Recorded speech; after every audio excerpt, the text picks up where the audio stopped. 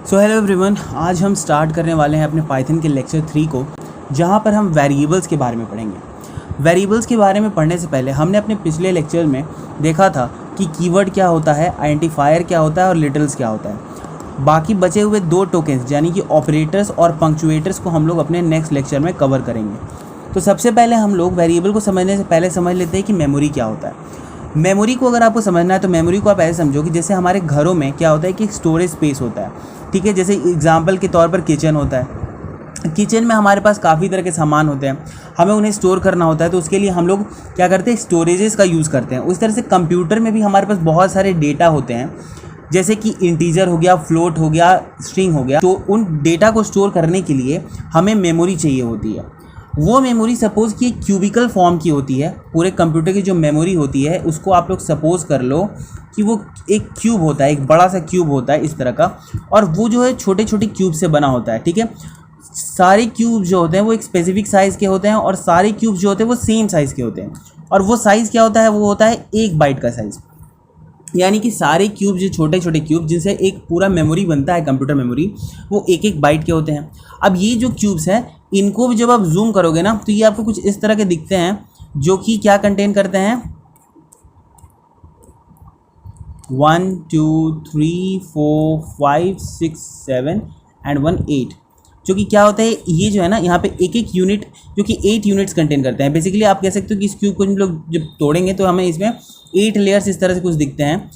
हर एक लेयर जो होता है वो 1 बिट का होता है, यानी कि ये पूरा का पूरा जो क्यूब है 1 बाइट वो 8 बिट्स कंटेन करता है अपने अंदर में भी। खैर, ये मेमोरी ऑर्गेनाइजेशन का कंसेप्ट है, ये आपको यहाँ पर उतना समझना इंपॉर्टेंट नहीं है, कंप्यूटर ऑर्गेनाइजेशन का पार्ट है। मैं फिलहाल आपसे बात करता हूँ कि ये मेमोरी और मेमोरी क्या होता है। तो बेसिकली मेमोरी भी कुछ नहीं होता है, वो एक स्टोरेज स्पेस होता है कंप्यूटर के अंदर, जो कि क्यूबिकल फॉर्मेट में होता है सपोज इस तरह से, और जो कि छोटे छोटे क्यूब से बना होता है। मैं आपको इस विजुलाइज करा करके एक आइडिया दे रहा हूँ, मैं इन डेप्थ मेमोरी के बारे में नहीं बता रहा। अब क्या है कि ये जो छोटे छोटे क्यूब्स से बना होता है, तो हर एक जो छोटा क्यूब होता है वो स्पेसिफिक साइज़ का होता है, और जितने भी सारे छोटे क्यूब्स होते हैं वो सेम साइज़ के होते हैं, जिससे कि पूरा मेमोरी बनता है। अब यहाँ पर ध्यान देने वाली बात है कि ये जो साइज़ होता है ये कितना होता है, 1 बाइट होता है। अब सपोज़ कि जो हमारा डेटा है ना वो कितना स्पेस लेता है, उसके अकॉर्डिंग इनमें से कुछ क्यूब्स जो होते हैं वो यूज़ होते हैं उस डेटा को स्टोर करने के लिए, ठीक है। जैसे सपोज़ कि इंटीजर की बात करते हैं, इंटीजर लिटरल या वैल्यू, आपको बता चुका हूँ मैं लिटरल क्या होता है। लिटरल मीन्स क्या, कांस्टेंट वैल्यू जो कि बदले ना। वो पिछले लेक्चर मैंने बताया था, आप पिछले लेक्चर में चेक कर सकते हैं उस चीज़ को। तो और नहीं चेक करना तो आप इतना समझो कि बस एक वैल्यू या डेटा को ही लिटरल कहा जा रहा है, ठीक है। तो एक इंटीजर है सपोज, तो अगर इंटीजर की मैं पाइथन में बात करूँ तो पाइथन में जनरली इंटीजर 28 बाइट्स का स्पेस लेता है, ठीक है। अब इसी चीज़ को मैं ऐसे समझाऊँ तो 28 बाइट्स का स्पेस लेने का मतलब क्या है कि ये 28 ब्लॉक्स लेता है, ठीक है। So simple. तो इस तरह से अगर हम बूलियन डेटा की बात करें, जैसे ट्रू या फॉल्स हो गया, तो बूलियन डेटा भी पाइथन में जनरली जो है वो 28 बाइट्स ही लेता है। देखिए, ऐसे तो कितना लेता है स्पेस वो डिपेंड करता है आपके ऑपरेटिंग सिस्टम पर, ठीक है, कि आपका ऑपरेटिंग सिस्टम जो है वो कितने बाइट्स का है, सॉरी बिट्स का है। लेकिन यहाँ पर हम लोग एक जनरल समझ करके चल रहे हैं कि ये क्या ले रहा है, ठीक है। तो मैंने कोई स्पेसिफिक ऑपरेटिंग सिस्टम ले लिया है, उसके अकॉर्डिंग बता रहा हूँ। सो इंटीजर क्या ले रहा है, 28 बाइट, यानी कि 28 ब्लॉक्स लगेंगे, छोटे छोटे ब्लॉक्स। बूलियन भी 28 बाइट ले रहा है, यानी कि वो भी कितने लेगा, वो भी इस तरह के स्मॉल 28 ब्लॉक्स लेगा। इसी तरह से मैं अगर कुछ स्ट्रिंग्स की बात करूँ, अब हर स्ट्रिंग जो है अलग अलग साइज लेता है। जैसे मैं इस स्ट्रिंग की बात करूँ तो ये 54 ब्लॉक्स लेता है स्टोर होने के लिए, यानी कि कितना हो गया, ये 54 बाइट्स हो गया। मैं यहाँ पर ब्लॉक्स मीन्स स्मॉल ब्लॉक्स की बात कर रहा हूँ, जिससे ये बना हुआ है पूरा का पूरा एक बड़ा मेमोरी क्यूब। तो इस तरह से मेमोरी कुछ नहीं है, बस एक स्पेस है, जिसको जितना स्पेस चाहिए होता है वो उतना स्पेस लेकर के स्टोर हो जाता है। तो मेमोरी का कंसेप्ट सिंपल सा था, जो आपको समझ में आ गया होगा। अब हम बढ़ते हैं आगे और समझते हैं कि जो पुराने programming languages, traditional programming languages जैसे सी है, C++ है, जावा है, उसमें और पाइथन में क्या डिफरेंस है वेरिएबल्स का, कि वेरिएबल्स कैसे क्रिएट होते हैं। सपोज मैं पहले ट्रेडिशनल लैंग्वेजेस की बात कर लूँ, जैसे C++, जावा हो गया और बाकी सारे बहुत सारे ऐसे लैंग्वेजेस हैं। उनमें क्या होता है कि अगर मैं कोई वेरिएबल क्रिएट करता हूँ तो सबसे पहले मुझे वेरिएबल क्रिएशन के लिए क्या करना पड़ता है, मुझे वेरिएबल का करना पड़ता है डिक्लेरेशन, ठीक है। तो फर्स्ट स्टेप में मैं क्या करता हूँ, मैं करता हूँ डिक्लेरेशन। डिक्लेरेशन में मैं ये बताता हूँ कि जो भी मैं वेरिएबल बनाने जा रहा हूँ वो वेरिएबल किस टाइप का होगा, क्या वो इंटीजर होगा, क्या वो फ्लोट होगा, क्या वो बूलियन होगा, क्या वो कैरेक्टर होगा, मैं वो पहले बताता हूँ। उसके बाद मैं क्या करता हूँ मैं उसमें वैल्यू स्टोर करता हूँ। सो जैसे सपोज कि मैं एग्जांपल लेकर के चलता हूँ C++ का या सी या जावा का, तो उसमें हम लोग क्या करते हैं, हम लोग लिखते हैं सपोज इंट और एज नाम का एक वेरिएबल बना लिया, ये डिक्लेरेशन होता है। यानी कि मैंने बता दिया कि एक एज नाम का वेरिएबल बना दो जो कि क्या वैल्यू स्टोर करेगा, इंटीजर वैल्यू स्टोर करेगा, यानी कि ये एक इंटीजर वेरिएबल है, यानी ये कुछ स्पेस लेने वाला है। अब देखिए C++ में जनरली जो इंटीजर होता है वो क्या लेता है, वो 4 बाइट का स्पेस लेता है, यानी कि ये कितने ब्लॉक्स लेगा, ये 4 ब्लॉक्स लेगा। ठीक है, मैंने कहा ना कि language to language, operating system to operating system ये वैरी कर सकता है कि वो कितना साइज ले रहा है इंटीजर, तो ये 4 ब्लॉक्स लेगा। तो अब क्या किया जाएगा, ये जो बड़ा वाला मेमोरी क्यूब आपको दिख रहा होगा, इसमें से वो क्या करेगा, ये 4 ब्लॉक्स को लेकर के एक इंटीजर के लिए रिजर्व कर देगा। यानी कि सपोज कि वो 4 ब्लॉक जो है वो इसके अंदर उसने डाल करके एक डब्बा बना दिया। ठीक है, ये उन 4 ब्लॉक से बना हुआ है सपोज। ठीक है, अब यहाँ पर क्या है मैं आपको समझा देता हूँ। यहाँ पर मेरा क्या होगा, इंटीजर स्टोर होगा, सिर्फ इंटीजर ही स्टोर होगा, जैसा कि मैंने डिक्लेरेशन कर दिया है। अब ये एक एम्प्टी ब्लॉक है, अभी इसमें कुछ भी नहीं है, ये एक एम्प्टी ब्लॉक है जो कि 4 ब्लॉक्स को कंटेन कर रहा है। यानी कि यहाँ पर हो गया हमारा वेरिएबल क्रिएटेड, यानी कि वेरिएबल यहाँ पर एक कंटेनर की तरह काम कर रहा है, जो कि कंटेनर मैंने क्या किया, मैंने कंटेनर को क्रिएट कर दिया है। अब इस कंटेनर की सपोज कोई एड्रेस होगी, तो ये जैसे इस मेमोरी ब्लॉक में क्या है ना कि इस मेमोरी ब्लॉक में हर एक ब्लॉक का कुछ एड्रेस होता है। जैसे मान लो कि इसका एड्रेस है 1000, इसका एड्रेस है मान लो कि 2116, इस तरह से कुछ एड्रेस होता है। ऐसे एड्रेस इस तरह से नहीं होता, सिंपली ये होता है हेक्साडेसिमल फॉर्म में। किसमें, हेक्साडेसिमल फॉर्म में। हेक्साडेसिमल फॉर्म में आपको बाद में बताऊंगा ये कन्वर्जन्स, अभी मैं नहीं बता रहा इसको, बट आप ऐसे समझो कि सपोज, इसीलिए आपको एग्जांपल के मैं ऐसे समझा रहा हूँ, एक इंटीजर फॉर्म दे रहा हूँ कि सपोज इसका एड्रेस ये है, इसका एड्रेस ये है, इसका एड्रेस भी कुछ XYZ हो सकता है ना। तो इस तरह से हर एक ब्लॉक का, हर एक मेमोरी का, हर एक स्पेस का कुछ एड्रेस होता है। तो यहाँ पर भी सपोज कि इस एम्प्टी ब्लॉक का कुछ एड्रेस था जिसको क्या कर दिया गया, रिजर्व कर दिया गया एक इंटीजर के लिए। जैसे बस में कैसा होता है, बस में मैंने क्या कहा कि आप एक राहुल नाम के बंदे के लिए सीट रिजर्व कर दो। अब उस सीट पर कोई नहीं बैठ सकता राहुल के अलावा, भले ही राहुल जब भी आएगा, जिस टाइम के लिए भी उसने सीट को रिजर्व कर रखा होगा, वो उस सीट पर वो रिजर्व कर लिया है अपने नाम से। तो इसी तरह से वेरिएबल के नाम से हमने क्या कर लिया, कुछ स्पेस, जैसे बस में स्पेस रिजर्व कर रहे हैं उस तरह से कुछ स्पेस को, स्पेसिफिक स्पेस को हमने रिजर्व कर लिया है। अब वहां पर सिर्फ वही वैल्यू बैठ सकता है जो इस वेरिएबल को सूट करेगा, जो कि है इंटीजर सपोज। ठीक है, यहाँ पर अब मैंने क्या किया कि यहाँ पर इस एज नाम के वेरिएबल में मैंने क्या कर दिया, एज इक्वल टू 10 कर दिया। ठीक है, तो इससे क्या हुआ कि यहाँ पर आकर के 10 जो है वो बैठ गया। बेसिकली ये क्या है, एक कंटेनर है, तो कंटेनर में हम लोग डाल सकते हैं कोई भी इंटीजर वैल्यू। दूसरे केस में फिर हमने क्या किया, यहाँ देखो एड्रेस इसकी 2000 ही रही, कोई दिक्कत नहीं है, इनिशियलाइजेशन कहलाता है। जब फर्स्ट बार हम लोग वैल्यू देते हैं तो उसको इनिशियलाइजेशन कहा जाता है। ठीक है, डिक्लेरेशन मतलब ये बता देना कि किस टाइप का वैल्यू जो है वो यहाँ पर आएगा। और फिर क्या हुआ, वैल्यू को चेंज कर दिया, हमने कर दिया वैल्यू को 15, तो सॉरी यहाँ पर 20 लिखा है, ओके नो प्रॉब्लम, इसको 20 में कर दे रहा हूँ। सो ये क्या हो गया कि वैल्यू को हमने एज इक्वल टू 20 कर दिया। ठीक है, मैं एज इक्वल टू मैंने क्या कर दिया, मैंने 20 कर दिया। तो क्या हुआ, वैल्यू 10 से 20 हो गया। कहा 10 को कि 10 भाई तू निकल जा और 20 भाई तू आ जा, तो इसमें 20 आ गया है और यहाँ पे 20 आकर के बैठ गया। क्या एड्रेस चेंज हुआ, एड्रेस चेंज नहीं हुआ, क्योंकि कंटेनर तो सेम ही है ना। अरे वो बस का जो सीट था, सपोज वो फर्स्ट सीट रिजर्व हुआ था, तो वो फर्स्ट सीट मान लो एक कोई स्पेसिफिक नंबर का, सीट नंबर 1 होगा सपोज, या फिर सीट नंबर 2 होगा, तो एक स्पेसिफिक नंबर का सीट रिजर्व हुआ था। वहाँ पर हमने पैसेंजर को चेंज कर दिया, क्या बस का सीट ही तो नहीं चेंज कर दिया ना। तो उसी तरीके से यहाँ पर ट्रेडिशनल प्रोग्रामिंग लैंग्वेजेस में कंसेप्ट होता है वेरिएबल का, कि वेरिएबल क्या होता है, बेसिकली एक कंटेनर होता है जिसका कुछ नाम होता है, और उस कंटेनर में एक स्पेसिफिक टाइप की वैल्यू, जैसे इंटीजर हो गया, बुलियन वैल्यू के लिए भी बना सकते हैं, उस तरह की चीज़ों को हम लोग ला करके बार बार उस स्पेसिफिक वैल्यू को डाल करके चेंज करते रहते हैं। ठीक है, ये ट्रेडिशनल प्रोग्रामिंग लैंग्वेजेस का कंसेप्ट है वेरिएबल्स को लेकर के। अभी पाइथन पे आते हैं। सो पाइथन कैसे हैंडल करता है वेरिएबल्स को समझने का प्रयास करते हैं। देखो मेमोरी में क्या होता है, मेमोरी हैज़ लिटरल्स और values at defined memory locations and each memory location has a memory address. देखिए होता क्या है, पाइथन के केस में क्या होता है कि जो भी हमारा ये छोटा छोटा क्यूब्स है, इन क्यूब्स में पहले से ही वैल्यूज़ लिखी हुई हैं। सपोज जैसे यहाँ पर 1 है, यहाँ पर 2 है, यहाँ पर 3 है, यहाँ पर 4 है, यहाँ पर 5 है, यहाँ पर सपोज 6 है, 7 है, इस तरह से कुछ भी अपनी जो है वो इस तरह से वैल्यू जो है वहाँ पर पहले ही से वैल्यूज़ जो है हर एक स्पेस जो है वो ऑक्यूपाई करके बैठ चुका है। पहले से वैल्यू जो है वो सारे स्पेसेस इसने ऑक्यूपाई कर लिए हैं, जो भी स्पेसेस हैं, हमें अलग से कुछ डालना नहीं पड़ रहा। यहाँ पर कंटेनर वाला कंसेप्ट नहीं है। ठीक है, पहले से यहाँ पर वैल्यूज़ पड़े हुए हैं। हमें क्या करना है, हमें बस एक नाम बनाना है।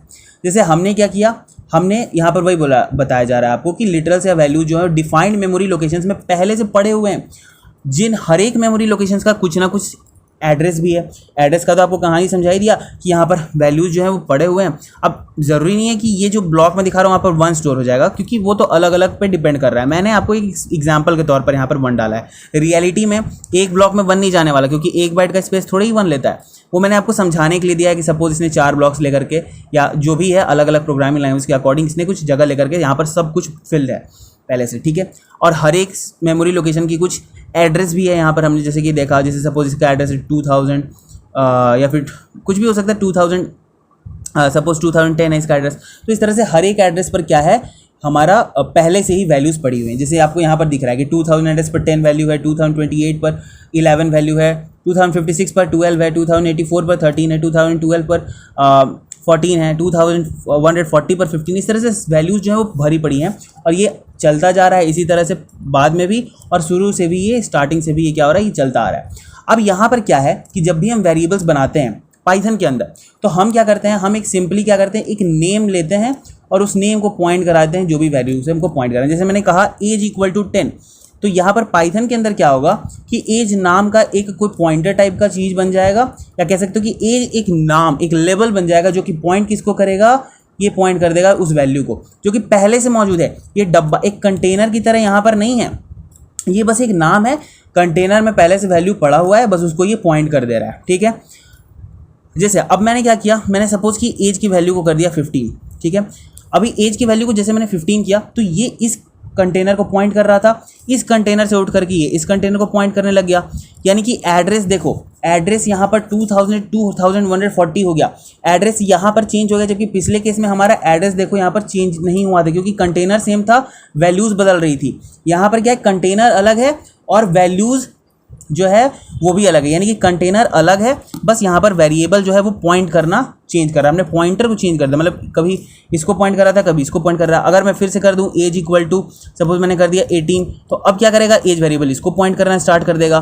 तो इस तरह से यहाँ पर काम होता है पाइथन के अंदर। जस्ट मैंने आपको एक बेसिक सा इन्फॉर्मेशन दिया कि कैसे पाइथन के अंदर ये काम हो रहा है।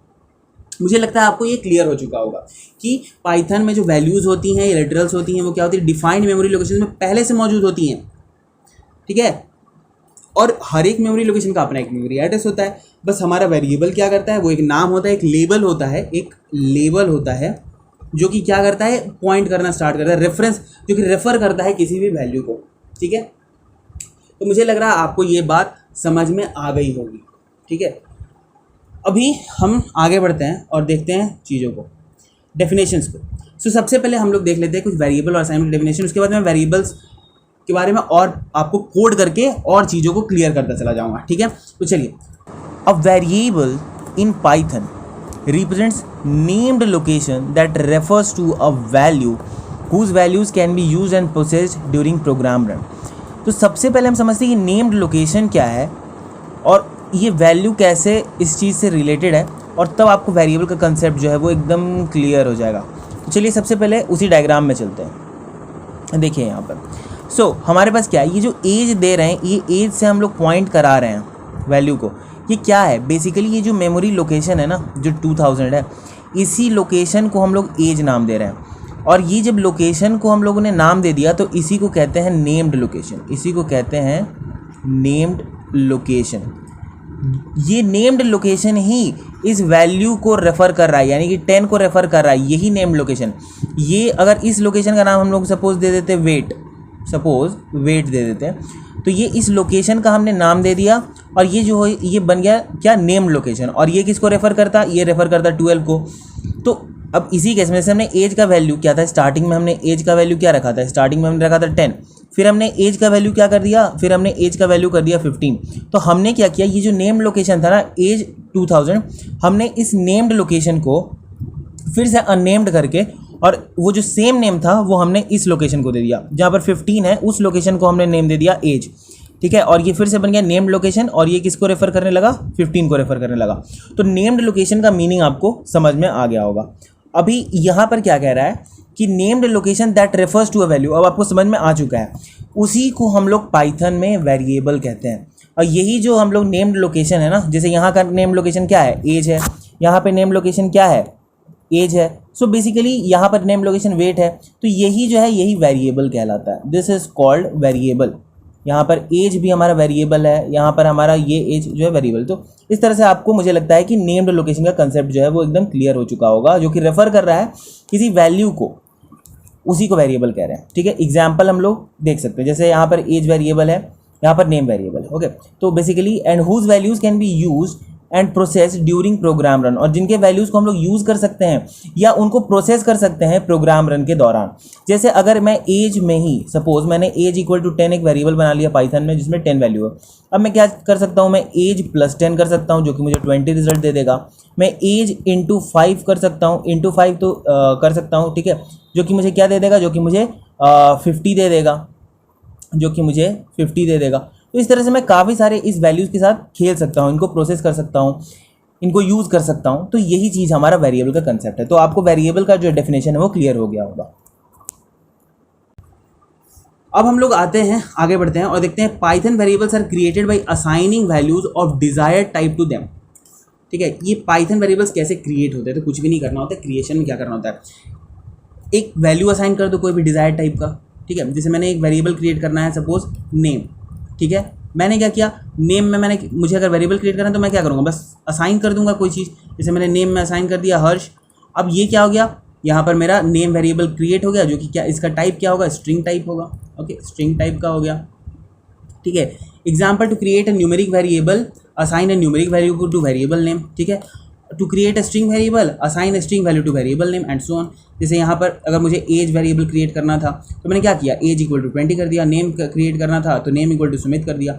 यही चीज़ होती है। और ये पॉइंट आपको क्लियरली समझा दिया कि Python variables are not created in the form most other programming languages do. मतलब जिस तरह से पाइथन के अंदर वेरिएबल क्रिएट होता है वो सेम नहीं है जिस तरह से दूसरे ट्रेडिशनल प्रोग्रामिंग लैंग्वेजेस में वेरिएबल का जो कंसेप्ट है उससे, ठीक है। तो ये आपको समझ में आ गया होगा। अब मैं चलता हूँ फटाफट से कोडिंग करता हूँ और टाइम वेस्ट हम नहीं करते हैं। तो हम आ चुके हैं अपने पाइथन आईडी में और यहाँ पर मैं क्या करने वाला हूँ, मैं आज लेक्चर 3 का एक फाइल बनाऊंगा, ठीक है। तो मैं पाइथन सीरीज़ पर या फिर लेक्चर 2 पर राइट क्लिक करूँगा। राइट क्लिक करने के बाद मैं क्या करूँगा, न्यू पे जाऊँगा। न्यू पे जाने के बाद मैं पाइथन फाइल पे जाऊँगा और पाइथन फाइल पर जाने के बाद मैं यहाँ पर एक नेम लिखूँगा, lecture 03 dot no need of extension, क्योंकि तो पाइथन फाइल है। तो लेक्चर 3 लिख दिया और मैंने इसको सेलेक्ट कर लिया। ओके, एंटर मैं कर दूंगा और हमारा पाइथन फाइल क्रिएट हो चुका है। ये आपको क्या है ना कि टिप ऑफ द डे हमेशा आते रहता है भाषा में, आपको कुछ ना कुछ बताते रहता है। तो वही आज बताया हुआ है यहाँ पे, आप इसको पढ़ सकते हो। मैं चलता हूँ कोडिंग पर, ठीक है। तो हम क्या करेंगे, कंट्रोल और स्क्रॉल करके जूम कर लेंगे। ये सेटिंग्स मैंने आपको पिछले लेक्चर में बताया है। अब हम यहाँ पर क्या करेंगे, वेरिएबल्स बनाएंगे अलग अलग और उनके साथ खेलेंगे, देखते हैं कि हम क्या क्या क्या क्या कर सकते हैं किसी वेरिएबल के साथ। सबसे पहले हम क्या करते हैं कि एक वेरिएबल बनाते हैं, इंटीजर वेरिएबल। तो कैसे बनता है, एज इक्वल टू सपोज हमने बना लिया 10। और इसके बाद अगर मुझे टाइप चेक करना है तो मैं कैसे कर सकता हूँ, आपको पिछले लेक्चर में बताया था। जैसे मुझे एज प्रिंट करना है तो मैं इस तरह से कर सकता हूँ, ठीक है। मैं यहाँ पर करूँगा राइट क्लिक, यहाँ पर करूँगा रन लेक्चर 3 और यहाँ पर ये 10 प्रिंट हो चुका है। अगर मुझे इसका टाइप प्रिंट करना है तो मैं कैसे कर सकता हूँ, कंट्रोल डी करूँगा, नीचे कॉपी हो जाएगा और फिर मैं यहाँ कर दूँगा टाइप और कर दूँगा एज। फिर मैं जैसे यहाँ पर रन करूँगा तो ये आ गया क्लास इंटीजर, मतलब कि ये एक इंटीजर है। देखिए कंट्रोल शिफ्ट F10 से भी जब हम प्रेस करते हैं तो ये रन हो जाता है, ठीक है। तो मैं बार बार रन करके आपको नहीं दिखा रहा। उसके बाद क्या होता है कि अब सपोज कि मुझे इस वेरिएबल का साइज़ देखना है कि ये मेमोरी में कितना साइज़ ले रहा है, ऑक्यूपाई कर रहा है। ये कैसे देख सकते हैं, तो ये देखने का तरीका सिंपल सा है कि मेरे पास एक मॉड्यूल होता है पाइथन में। मॉड्यूल का कंसेप्ट मैं आपको बाद में अच्छे से समझाऊंगा। अभी आप जस्ट जो मैं कर रहा हूँ वो आप समझ लो कि इंपोर्ट कर रहा हूँ एक मॉड्यूल, ठीक है। आप ऐसे समझो कि मॉड्यूल, कोई भी मॉड्यूल जो होता है वो अलग अलग फंक्शंस को कंटेन करता है, ठीक है। एक स्पेसिफिक मॉड्यूल जितने भी सिमिलर टाइप के फंक्शन जो कि किसी ना किसी चीज़ से रिलेटेड है वो उन्हें कंटेन कर रहा है। मतलब कि आप इन्हें फंक्शंस का एक पैकेज समझ सकते हो फिलहाल के लिए। पैकेज और मॉड्यूल में भी हल्का सा डिफरेंस होता है, वो हम बाद में समझेंगे। फिलहाल आप इन्हें ऐसे समझो कि ये एक कंप्लीट पैकेज ऑफ फंक्शंस होता है, ठीक है। तो चलिए यहाँ पर हम लोग क्या कर रहे हैं, इंपोर्ट करेंगे एक मॉड्यूल को जिसका नाम है सिस, ठीक है। सॉरी, सिस मॉड्यूल को इंपोर्ट हम करेंगे, ठीक है। हमने सिस मॉड्यूल को इंपोर्ट कर लिया। अब मैं क्या करूँगा, सिस मॉड्यूल का ही एक फंक्शन होता है। किसी भी मॉड्यूल के फंक्शन को यूज़ करने के लिए हमें क्या करना होता है, पहले उस मॉड्यूल का नाम लिखते हैं, फिर डॉट करते हैं, import sys dot get size of. Get size of function से में हम लोग अगर कोई भी वेरिएबल डाल दें तो हमें उसका साइज़ मिल जाता है। तो चलिए एक इंटीजर है, हमने देखा था 28 बाइट का साइज़ जनरली पाइथन लेता है, बिल्कुल यहाँ पर 28 बाइट्स आ चुका है, आप देख सकते हैं अपने कंसोल पे। देखिए हम यहाँ से भी रन कर सकते हैं प्रोग्राम को, बस यहाँ पर ये जो है ना, यहाँ पर लेक्चर 3 आपका जो है वो सिलेक्टेड होना चाहिए, ध्यान रखिएगा, ठीक है। तो ये हमने देख लिया कि किस तरह से हो रहा है। अभी मैं क्या करता हूँ, अभी मैं सपोज़ कि मैंने कर दिया एज इक्वल टू 20, मैंने एज को चेंज कर दिया और अब मैं प्रिंट एज करूं तो मुझे क्या मिलेगा, मुझे अकॉर्डिंगली वो वैल्यू चेंज हो गया होगा, ठीक है। तो यहाँ पर हमारा जो वैल्यू है चेंज हो गया। अब आप, मुझे लग रहा है कि कंसेप्ट ऑफ वेरिएबल समझ चुके हो कि वेरिएबल बनाते कैसे। वेरिएबल बनाने का एकदम सिंपल सा तरीका है, जैसे मुझे स्ट्रिंग वेरिएबल बनाना है, तो स्ट्रिंग वेरिएबल सपोज मैंने नेम बनाना है, ठीक है। तो मैं क्या करता हूँ, मैं नेम में क्या करूँगा, मैं सिंपली नेम में कर दूंगा, सपोज मैंने डाल दिया हर्ष, बस इस तरह से ये हमारा स्ट्रिंग वेरिएबल बन गया, सिंपल। असाइन कर दो स्ट्रिंग को नाम देकर के वेरिएबल का और हमारा स्ट्रिंग वेरिएबल क्रिएट हो जाएगा। यहाँ पर इंटीजर वेरिएबल क्रिएट हुआ था। कमेंट क्या होता है, कुछ ऐसे लाइंस होते हैं जो कि हम लोग क्या करते हैं, जो कि हमारा इंटरप्रेटर क्या करता है, रन एग्जीक्यूट नहीं करता है। यहाँ पर अगर हमें कमेंट करना है तो कमेंट के लिए हम लोग हैशटैग से स्टार्ट करके लिख सकते हैं, ठीक है। तो यहाँ पर मैं लिख रहा हूँ, ऐसे तो मैंने आपको कमेंट पहले भी बता रखा है, आप देख सकते हो, हमारे पिछले लेक्चर्स को फॉलो करो। तो यहाँ पर जैसे मैं लिख देता हूँ कि यहाँ पर इंटीजर वेरिएबल क्रिएट हो चुका है, ठीक है। तो इंटीजर वेरिएबल क्रिएटेड, ओके। और यहाँ पर क्या हुआ, बस असाइन किया और स्ट्रिंग वेरिएबल क्रिएट हो गया। सो स्ट्रिंग वेरिएबल क्रिएटेड, ओके। अभी आप एकदम बेसिक से समझते चलो, आपको सारी चीज़ें समझ में आ जाएंगी, ठीक है। तो नेम इक्वल टू हर्ष हो गया और स्ट्रिंग वेरिएबल यहाँ पर क्रिएट हो गया। अब मैं क्या कर रहा हूँ, मैं करूँगा प्रिंट। अगर मुझे नेम को प्रिंट करना है तो कंट्रोल शिफ्ट F10 करूँगा और ये मेरा प्रिंट हो जाएगा। देखो यहाँ पर आ गया हर्ष प्रिंट होकर के। अगर मुझे इसके टाइप को प्रिंट करना है, कंट्रोल D करूँगा, नीचे में मैं फिर से बार बार क्यों एक ही चीज़ टाइप करूँ, मैं यहाँ डाल दूँगा नेम और ये मैं करूँगा कंट्रोल शिफ्ट F10। तो यहाँ पर मेरे पास ये आ गया कि ये स्ट्रिंग क्लास से बिलोंग कर रहा है। और फिर मुझे सपोज इस तरह से अगर मुझे साइज़ ऑफ द वेरिएबल देखना कि वो कितना साइज़ ले रहा है सिस्टम में, कंट्रोल D करूँगा और मैं यहाँ पर क्या कर दूँगा, ये मैं ऐसे ही रहने देता हूँ, मैं यहाँ पर कर दूँगा sys wait okay, sys dot get size of और ऑब्जेक्ट यहाँ पर हमने दिया हुआ है, कंट्रोल शिफ्ट F10 प्रेस करूँगा और यहाँ पर आ गया 54। सो ये जो है हर्ष, ये कितना साइज़ ले रहा है, आप देख पा रहे हो कि ये 54 साइज़ ले रहा है, 54 बाइट्स ले रहा है। यहाँ पर जो भी साइज़ दिया जाता है ना, ये जनरली बाइट्स में दिया जाता है। अगर मैं कंट्रोल प्रेस करूँ, मैं देखो यहाँ पर मैं कंट्रोल प्रेस करूँगा अपने कीबोर्ड में और मैं माउस से ले जा करके होवर करूँगा अगर किसी फंक्शन के ऊपर या किसी मॉड्यूल के ऊपर, तो वो फंक्शन का कोड जहाँ पे लिखा हुआ है वो मुझे वहाँ पहुँचा जाता है। तो देखो जैसे यहाँ पर मैंने ये देखो, यहाँ पर इसने पहुँचा दिया। यहाँ से हम लोग देखेंगे तो यहाँ पर हमें उस फंक्शन के बारे में थोड़ी सी जानकारी मिल जाती है। ये देखो, ये जो भी ट्रिपल कोट्स में लिखा हुआ है ना, ट्रिपल डबल कोट्स में, इसे डॉक्स्ट्रिंग कहा जाता है किसी भी फंक्शन का। ये हमें उस फंक्शन के बारे में बताता है। तो वही बता रहा है, देखो यहाँ पर return the size of object in bytes, ये बाइट्स में साइज को रिटर्न करता है। यानी कि हमें जो 54 मिला था ये 54 बाइट्स था, ये 20 नहीं, ये 28 जो हमें साइज मिला था ये 28 बाइट्स था, ओके। तो इस तरह की चीज़ें होती है। अब ऐसा नहीं कि हम लोग को sys.py में जा करके ही देखना होगा और आप उसमें कोई छेड़छाड़ ना करें, ठीक है। हम यहाँ से डायरेक्ट भी देख सकते हैं डॉक्स्ट्रिंग को। कैसे देख सकते हैं, मैं अगर यहाँ पर एक फंक्शन होता है हमारे पास, जिसे हम लोग हेल्प फंक्शन कहते हैं, ठीक है। तो मैं करता हूँ हेल्प और हेल्प में मैं अगर डाल दूँ sys.get size of, ठीक है। ये मैंने क्या कर दिया, मैंने हेल्प में डाल दिया और मैं जैसे फिर इसे रन करूँ तो ये देखो यहाँ पर मुझे इसका डॉक्स्ट्रिंग मिल चुका है, इसके बारे में इन्फॉर्मेशन मिल चुका है। इसका डॉक्स्ट्रिंग क्या है, ये पूरा का पूरा डॉक्स्ट्रिंग, ठीक है। तो ये बता रहा है return the size of object in bytes. तो आप हेल्प फंक्शन का भी यूज़ कर सकते हो ईजीली, ठीक है। ये हेल्प फंक्शन क्या कर रहा है, किसी फंक्शन के बारे में हमें इन्फॉर्मेशन दे देता है। तो चलिए हमने इस तरह से इन चीज़ों को भी देख लिया है, ठीक है। अभी हम आगे बढ़ेंगे, ठीक है। तो अब हम असाइनमेंट के बारे में ज़रा समझ लेते हैं, क्योंकि हमारा दूसरा पार्ट था असाइनमेंट, ठीक है। आप इस तरह से वेरिएबल क्रिएट करना और भी बहुत सारे आप परमुटेशन कॉम्बिनेशंस करते रहना और आप सीखते चले जाओगे, ठीक है। असाइनमेंट के बारे में बात कर लेते हैं। Assignment of a value to any variable कैसे होता है। तो देखो, एक तो तरीका आपको सिंपली समझाया कि वेरिएबल बनाओ, जैसे एज बनाया था। रुको, मैं उससे पहले ऊपर की सारी चीज़ों को कमेंट कर दूँगा। मैं सेलेक्ट करूँगा और इस तरह से कंट्रोल फॉरवर्ड / करते ही प्रेस, ये कमेंट हो जाएगा। फॉरवर्ड / जो क्वेश्चन मार्क के साथ होता है। तो मैं सपोज एक वेरिएबल बना रहा हूँ a इज़ इक्वल टू, और इसमें मैंने डाल दिया 15। तो इस तरह से सिंपली हम असाइनमेंट कर सकते हैं वेरिएबल्स का। और फिर मैं यहाँ पे प्रिंट सपोज कर लूँगा ए। तो यहाँ पर बेसिकली हमने क्या कर लिया, असाइनमेंट ऑफ वेरिएबल देख लिया। सपोज कि मुझे क्या करना है, ये एक तरीका हो गया, ठीक है, सिंपल तरीका, जो सिंपल असाइनमेंट है एक कर लिया। अगर मुझे एक साथ दो वेरिएबल्स में कुछ वैल्यूज असाइन करनी होगी, ठीक है, दोनों डिफरेंट वैल्यूज होंगी जो दो वेरिएबल्स में असाइन हुई है, ठीक है, डिफरेंट वैल्यूज होंगी, come on, the values must be different. तो हम कैसे कर सकते हैं, जैसे a कॉमा बी लिखा तो हम लिख देंगे 1 कॉमा 2, अगर a में 1 स्टोर करना है, b में 2 स्टोर करना है तो हम 1 कॉमा 2। अब क्या होता है ना कि कॉमा वाले जो वैल्यूज होते हैं ना, कॉमा सेपरेटेड, ये कहते हैं ये लेफ्ट टू राइट, ये left to right basically execute होते हैं। तो जैसे लेफ्ट में क्या है, 1 है, इधर भी लेफ्ट में a है, तो सबसे पहले a और 1 को एग्जीक्यूट करेगा, तो a में 1 को असाइन करेगा, फिर b में 2 को असाइन कर देगा, ठीक है। तो इस तरह से ये इसका इंटरनल फंक्शन चलता है। और उससे भी पहले क्या होता है ना, उससे भी पहले कि राइट साइड में जितने भी अगर कुछ ऑपरेशंस लिख रखा है तो वो उनको पहले इवेल्युएट करता है, ठीक है। तो चलिए हम देखते हैं, जैसे a कॉमा बी दिया, अब मैं अगर यहाँ पर करूँ प्रिंट a कॉमा बी, देखो कॉमा का क्या है यहाँ पर काम होता है, ये जो कॉमा अगर हम लोग प्रिंट स्टेटमेंट में यूज़ कर रहे हैं तो कॉमा क्या करता है कि दो वैल्यूज़ को प्रिंट करेगा और उनके बीच में कॉमा बाय डिफ़ॉल्ट एक स्पेस एडअप कर देता है, ठीक है। तो चलिए हम देखते हैं, जैसे मैं करूँगा इसे रन कंट्रोल शिफ्ट F10 से, यहाँ देखो ये 1 और 2 आ चुका है, यहाँ पर प्रिंट होकर के आ चुका है। सो कॉमा बेसिकली स्पेस ऐड नहीं करता है, स्पेस ऐड के लिए तो सेपरेटर होता है जिसकी बाय डिफ़ॉल्ट वैल्यू एक स्पेस होती है, ठीक है। वो आपको समझाऊंगा जो मैं प्रिंट स्टेटमेंट के बारे में बहुत इन डिटेल बताऊंगा, लेकिन अभी आप ऐसे ही समझो कि बाय डिफ़ॉल्ट जो होता है, अगर मैं a कॉमा बी को प्रिंट कर रहा हूँ तो उनके बीच में एक स्पेस आ ही जाता है, ठीक है। तो 1 और 2 इस तरह से हम लोगों ने असाइन कर दिया। तो यहाँ पर हमने क्या किया, यहाँ पर हमने असाइन किया मल्टीपल वैल्यूज़ को मल्टीपल वेरिएबल्स में, ठीक है। अगर मैं सपोज़ कि मुझे एक ही वैल्यू को अलग अलग वेरिएबल्स में असाइन करना है, जैसे a equal to B equal to C equal to suppose मुझे 17 असाइन करना है।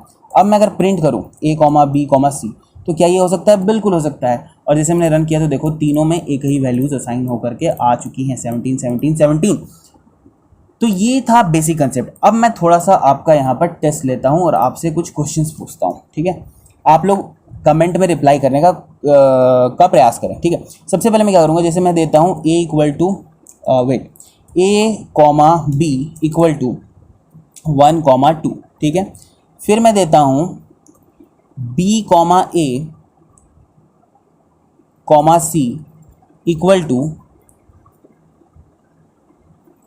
a plus 1 comma b minus 2 comma a plus b। Okay, so ये मैंने दिया। और अब मैं क्या कर रहा हूँ, मैं कर रहा हूँ print a comma b comma c। आप लोग कमेंट में आंसर देना, ठीक है। थोड़ा सोचो और इसको आंसर दो पॉज करके, अदरवाइज इसका आंसर मैं आपको बताता हूँ। इसका आंसर सिंपल है। देखिए होता क्या है, सबसे पहले क्या होता है बेसिकली कि जो RHS यानी कि ये सपोज कि एक इक्वेशन मैंने लिखा है, ठीक है, असाइनमेंट का, तो ये RHS वाले वैल्यूज जो होते हैं वो इवेल्युएट होंगे। तो सबसे पहले क्या होगा, यहाँ पर हमारे वैल्यूज इवेल्युएट होंगे। तो a प्लस 1 कितना होगा, 2 होगा, सो ये आ गया 2 कॉमा b माइनस 2 यानी कि 2 माइनस 2 कितना होगा, 0 होगा, सो ये आ गया 0। फिर a प्लस बी यानी कि a प्लस बी, अभी ध्यान देना, a प्लस बी यानी कि 1 प्लस 2, 1 प्लस 2 कितना होगा, 3 होगा, ठीक है। अब ये क्या होता है, मैंने बताया कि लेफ्ट टू राइट ऑर्डर में ये एग्जीक्यूट होता है। तो सबसे पहले लेफ्ट वाला असाइन होगा यानी कि b में 2 चला जाएगा, ठीक है। तो यहाँ के हिसाब से b इक्वल टू हो जाएगा, वेट, b इक्वल टू 2 हो जाएगा, फिर a इक्वल टू क्या हो जाएगा, 0 हो जाएगा, और फिर c इक्वल टू क्या हो जाएगा, 3 हो जाएगा। और प्रिंटिंग जब मैं करा रहा हूँ a b c, तो यहाँ पर क्या प्रिंट होकर के आना चाहिए, यहाँ पर प्रिंट होकर के आना चाहिए, यहाँ पर प्रिंट होकर के आना चाहिए 0 कॉमा, कॉमा नहीं होगा, ये स्पेस होता है, 2 space 3। Okay, so let's see that is it happening और नॉट, या इट्स 0 2 3। तो इस तरह से आपको क्या करना है, परमुटेशन कॉम्बिनेशन करने हैं, खेलते जाना है, और खेलने के बाद आपको खुद ब खुद आंसर जो है वो मिलते चले जाएंगे, ठीक है। तो ये भी मैंने बता दिया आपको, ठीक है। Okay fine. अब मैं एक छोटा सा प्रोग्राम लिखता हूँ यहाँ पर, जो है स्वैपिंग ऑफ 2 नंबर्स का, ठीक है, स्वैपिंग ऑफ 2 नंबर्स। जो मेरे साथ मेरे फर्स्ट लेक्चर से जुड़े हुए हैं उन्हें ये पता होगा कि स्वैपिंग ऑफ 2 नंबर्स का क्या कंसेप्ट है।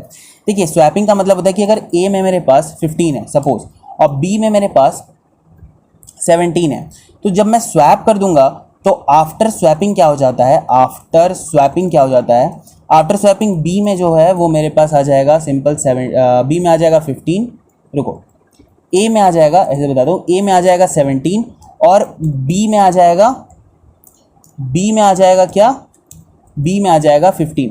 तो इस तरह से वैल्यूज़ क्या हो गई, इंटरचेंज हो गई, दोनों के बीच में वैल्यूज़ जो है वो आपस में बदल दी गई। ठीक है, तो यही होता है स्वैपिंग का मतलब। इसका प्रोग्राम बहुत ईजी होता है। ओके, इसका प्रोग्राम बहुत ही ईजी होता है। इसका प्रोग्राम हम कैसे लिख सकते हैं, तो देखो मैंने सपोज कि एक वेरिएबल एक वैल्यू ले लिया, इसमें मैंने लिख दिया 4, बी एक वैल्यू ले लिया, चलो एक ही बार में ले लेते हैं, क्यों दो लाइन करना, ए कॉमा बी इक्वल टू ले लिया 4,7, हमें स्वैप करना है तो हम कर देंगे B comma A is equal to A comma B, simple. अभी क्या होगा, लेफ्ट टू राइट इवैल्यूएशन होगा, तो ए जो होगा वो पहले बी में जाएगा, बी जो होगा वो ए में जाएगा और फिर हमारा वैल्यू चेंज हो जाएगा। तो ए में पहले था 4, पहले 4 यहाँ पर ए में गया, बी में 7 गया और फिर यहाँ पर दोनों इंटरचेंज हो गए। मैं इससे जैसे रन करूँगा यहाँ से, ओ सॉरी मैंने प्रिंट तो किया ही, so let's print it A comma B.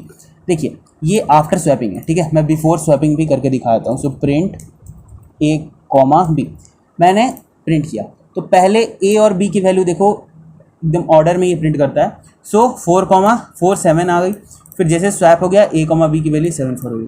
तो ये है स्वैपिंग ऑफ टू नंबर्स का बेसिक सा एक कंसेप्ट। ओके, नाउ मैं आपको क्या करूँगा, एक असाइनमेंट में भी कुछ क्वेश्चंस दूंगा जो आपको एक एक करके सॉल्व करना है और सॉल्व करने के बाद कमेंट में मुझे उसका आंसर देना है। थैंक यू, और आज का लेक्चर हम यहीं पर फिनिश करते हैं। अगर आपने मेरे प्लेलिस्ट को फॉलो नहीं किया है तो आप मेरे पूरे के पूरे इस चैनल पर पाइथन प्लेलिस्ट को बुकमार्क कर लो और एक एक करके हम लोग पाइथन के सारे टॉपिक्स को यहाँ पर कंप्लीट करने वाले हैं। So thank you for joining us, bye bye.